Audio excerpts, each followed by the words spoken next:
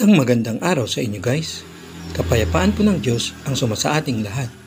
Welcome po sa aking channel. Ang ituturo ko po ngayon ay kung paano ayusin itong Oppo na nag-lock yung kanyang touchscreen. So ayan guys, ayaw gumana ng kanyang keypad o touchscreen. Naghang na siya guys. So ayan, ulitin natin. Pindutin ko lang yung muna yung power niya para lumabas. Para ipakita sa inyo na naghang na talaga siya. So, ayan guys, babuksan uli natin para ipakita na talagang ayaw niya. So, ayan guys, ayaw niya talaga. Naghang na talaga niya. Nahihirapan na yung may-ari kaya binigay sa akin. So guys, ang unang step natin dyan guys, ganito. Pipindutin natin yung magkabilang volume, up and down. Tapos yung power, sabayan natin pipindutin. So, ganyan guys, pipindutin natin na sabay. Yung tatlo. So, hintayin natin na mag-pop up yung kanyang logo. Maghihintay na lang naman tayo ng mga ilang segundo guys. I-hold lang natin yan ng pagpindot.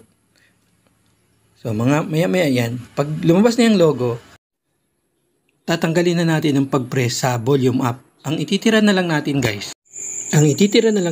ay ang volume down at saka yung power on, power button. So hintayin uli natin siya mag-pop up yung selector. Ayan o, ang sabi niya English. So pipiliin natin ng English. Nakaselect na siya, pipindutin na lang natin yung power on. Ngayon, nakasulat naman dyan, wipe out data. Ang pipiliin muna natin yung reboot. Kasi, yung reboot, pipindutin lang natin yung power down. Ay yung volume down para ma-select yung reboot. Pag na-select na yung reboot, pipindutin natin yung power on. Para ma-select siya. Tapos okay, press natin yung okay. Tumalab na yung keypad niya hanggang sa mag-restart. So guys, reboot lang muna ang gagawin natin kasi hindi dapat format kasi parang hindi naman sira yung touchscreen lang naman ang nasira sa kanya. Kaya reboot lang natin, i-restart lang natin.